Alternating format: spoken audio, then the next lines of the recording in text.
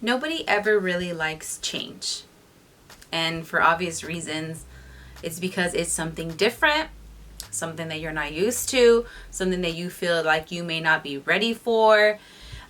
Change just brings a lot of uncomfortableness. It's a hard pill to swallow to realize that change is sometimes necessary and sometimes change is good. Change will benefit you, and ultimately it makes you grow anyway because it pulls you out of your comfort zone and kind of makes you acclimate to something new, forces you to figure your new self out, figure out a new plan. And while you might not see that as beneficial, it ultimately is, because it's changing you and it's making you grow as a person. Change can happen to us in numerous kinds of ways. The relationship that you've had with someone is over. The friendship is over. It's changing. You lose someone special to you and now you're left with an empty feeling. The loss of someone else, whether it is death or cutting ties or a breakup, it can never be easy. And I don't expect you to believe that it's easy, because it's not. We've all been there. We've all been through heartbreak. We've all been through having to force ourselves to move on to something different, letting go of that friend that we've had for so long.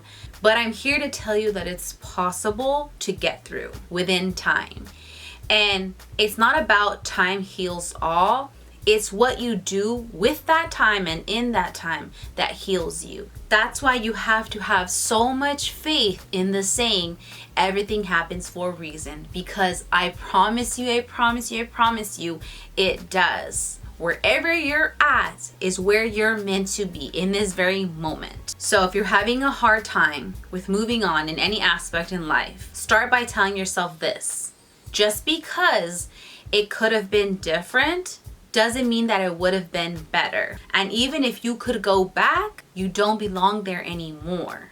You are moved to certain places and certain areas in your life. New experiences unfold because they're for you. And the places that you're literally shoved out of is because that's not for you no more. And in the moment, we get so stubborn, we get so frustrated, and we're like, no, but I want that. But what you want may not be what you need. And I don't want to sound too cliche, because when you're at that moment, when you've hit rock bottom and you're heartbroken and you're fucking sad, a cliche quote does not make you feel any better. But let me give you some tips, okay? Go through the motions. Allow yourself to feel. What you're feeling at the moment may not be completely valid, but it is necessary to your healing process and it's necessary to your moving on. Give your heart the room to heal.